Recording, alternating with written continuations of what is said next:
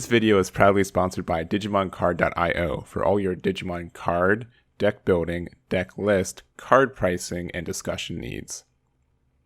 Hey everyone, Egman here with another video, and today we're going to talk about the top 10 cards in Great Legends, or at least top 10 in my opinion.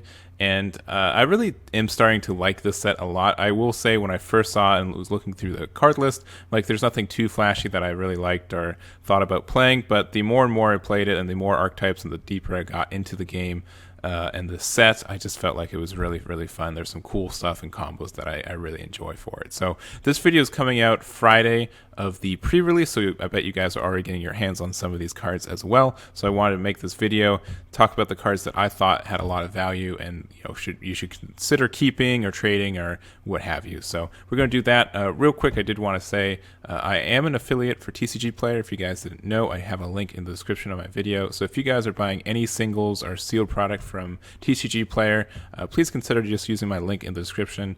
It doesn't cost you anything, but if you use my link and then you buy some cards or anything off TCG Player, then I get a bit of a kickback that just helps the channel out, helps me out without having to cost you guys anything that you weren't going to spend anyway. So really appreciate you guys helping me out with that. And let's jump into the first card, number 10.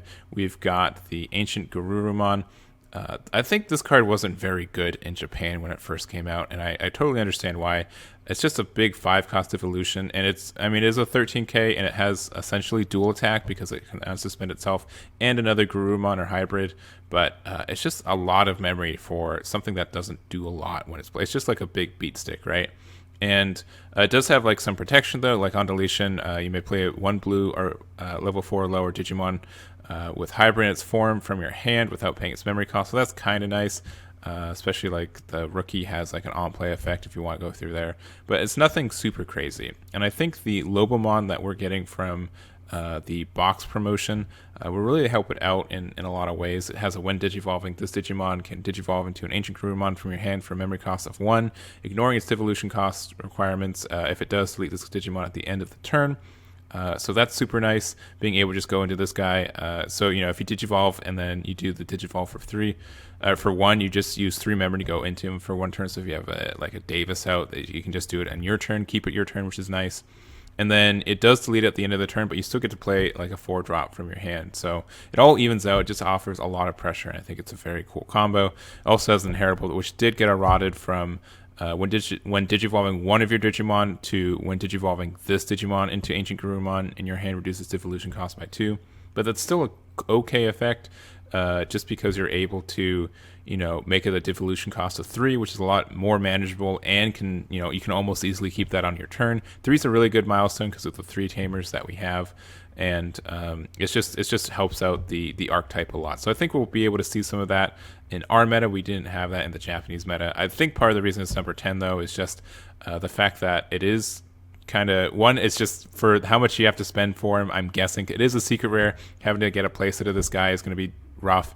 Having to get a playset of Lobomon is going to be rough, and just the fact that these are just it's such a linear archetype that it doesn't have like a lot of flexibility in other archetypes.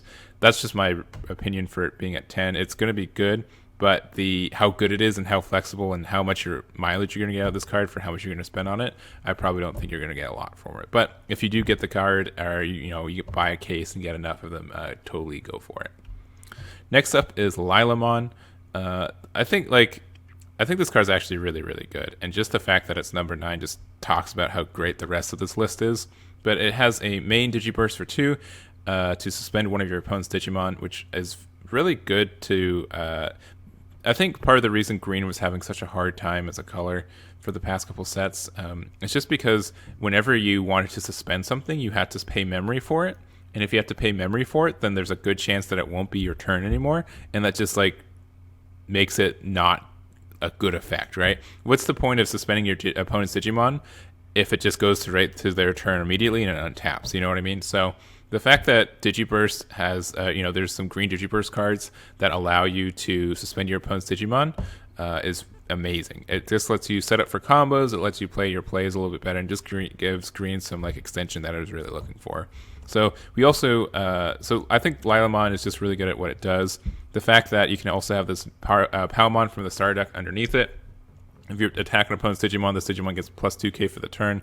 That just means that Lylamon can, if you get rid of the other two sources, it can become a 9k, which means it can just honestly trade for every 5k or level 5 in the game, right? So if you just bring it out, you Digiburst to rest their opponent's level 5, and then you just use Palmon to with underneath it, so it becomes a 9k. When you swing, it just can get rid of anything. So I feel like this is a really nice combo. Or you can go into your a level 6 afterwards or something like that. But it's just a flexible card, and I think it's going to be very, very good in green this next format. Next up, we've got Lobomon. It's also a Guruman. They're essentially the same card, just with a blue or red variant. I do think Lobomon is just better, though, just because, one, I think blue hybrid is just a better archetype in general. But I also think that blue has better tamers that are just being used right now. Obviously, if you're running red tamers, I still think you should run a Guruman. But Lobomon just being able to do it is really good. It's just a really good extension, too.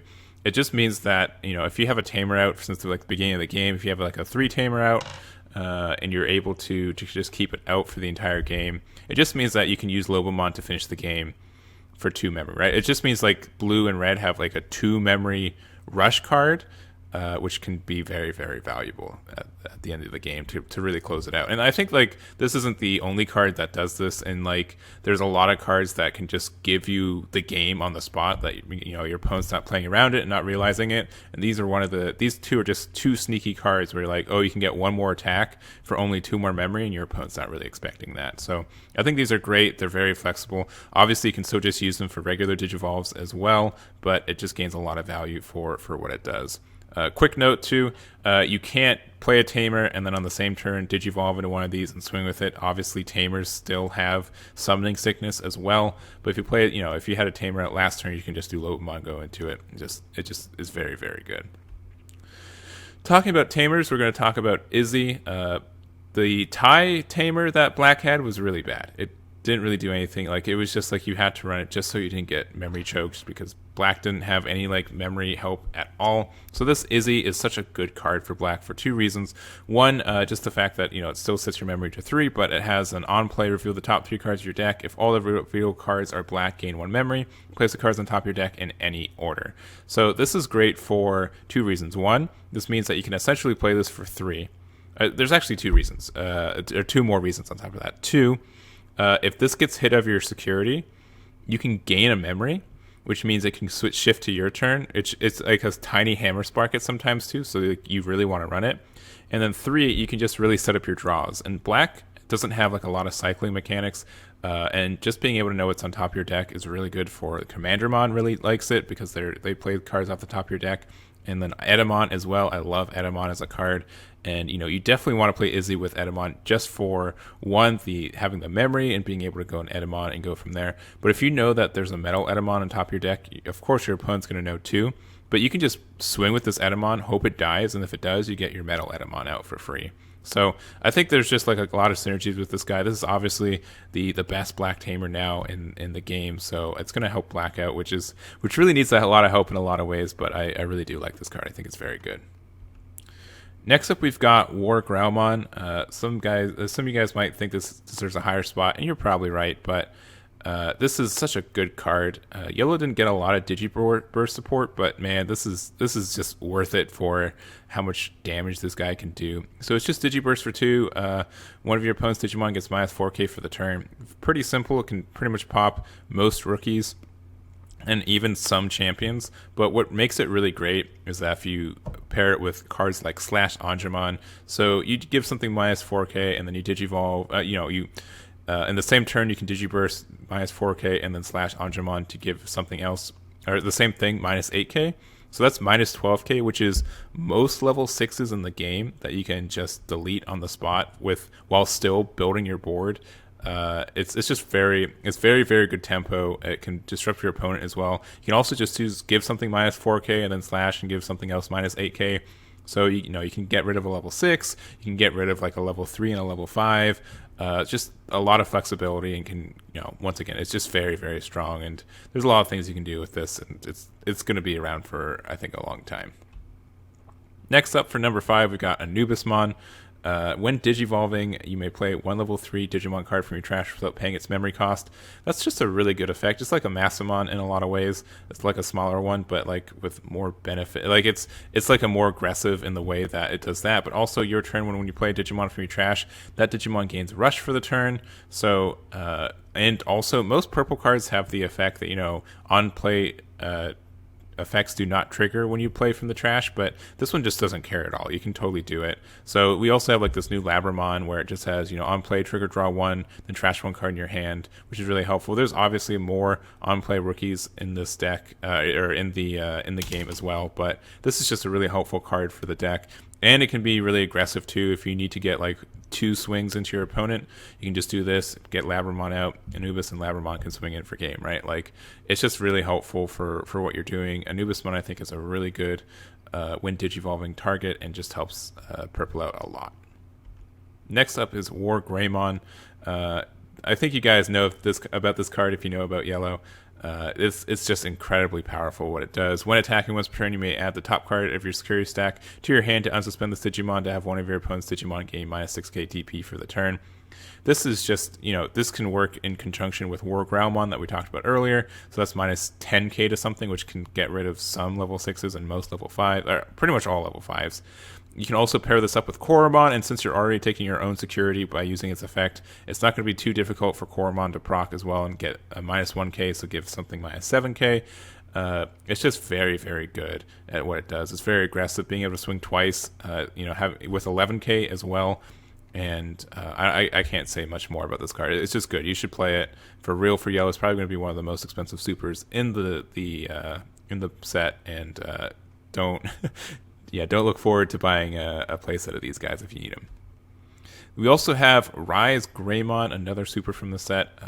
This is probably not as powerful as Wargreymon, but I love the theming and I love everything about this card, so I put it at number 3. It's just so flexible in what it does. You know, it's red and yellow. It has a good digiburst, so if you may play a red or yellow tamer card with its play cost 4 or less from your hand with paying its memory cost. It also, if you play like a TK, you're able to look at your security and go from there. It also has a really good, when attacking, if you have a tamer in play, one of your opponent's Digimon gets minus 2k DP for the turn. So this pairs up really good with Wargreymon. So now it becomes, you know, you can give something minus 6k, you can give something minus 2k. This also isn't when attacking also isn't once per turn. So you can, between Wargreymon and Ryze Greymont, you can give something minus 10k and then minus 11k if you have a Grouman and you can trigger it once with it. There's just like a lot of synergy with a lot of these cards, and it's just so powerful at what it's doing. So I really like the card. Obviously, there's some more red leaning stuff too. You can use it with like Galantmon. Marcus is also a new tamer that came out that's just good for the deck too. It just says, you know, it sets you to 3, and then also when one of your Digimon with Greymon in its name, you may suspend this tamer to gain 1 memory. So just the fact that you can, you know, you can even swing with Ryze Greymont too, because it is a Greymon. It is only a 7k, so it can be susceptible of dying, but just the fact that you can swing with it if you need to get the 2 extra memory to go into something, you can totally do that. And this also works with Wargreymon too, because it has Greymon's name. So, you know, you can gain extra memory, and it's just, there's a lot of synergy with a lot of these cards, and it's just very, very good. For number 2, we've got Lucifer. If you know me, I love this card. I am not looking forward to getting as many of these as I can. It is a secret rare spot as well, and I think most people will want this card as well, especially because it is a yellow card, and yellow is going to be very popular next set. But when you have 10 or more cards in your trash, you can play this card or you can reduce this card's play cost by 8 when you play it, so it becomes a 5-drop. A 5-drop 10k that also recovery 1 is very good. The also really weird thing about this card is that it's a rookie, which means that you're able to play it off Massamon, or also you can play it off Anubismon too, and then it gets rushed, and it's a big 10k. So that's like very good, especially because you recover 1 too. Like it's just a bunch of benefits with this guy. Obviously, he can be a little bit stuck in your hand because you can't digivolve on top of anything or to anything, at least right now in the game. But he's just a really cool card. I like this card a lot. I want to get as many as I can. Hopefully get a playset. Honestly, you only probably need to run 2 or 3 in a deck anyways. I wouldn't run more than that because once again, it can be a little cloggy. But man, what a cool card. I think it's really, really, really cool at what it does, and it's really nice. And last one, it's Chaosmon. Who saw this coming?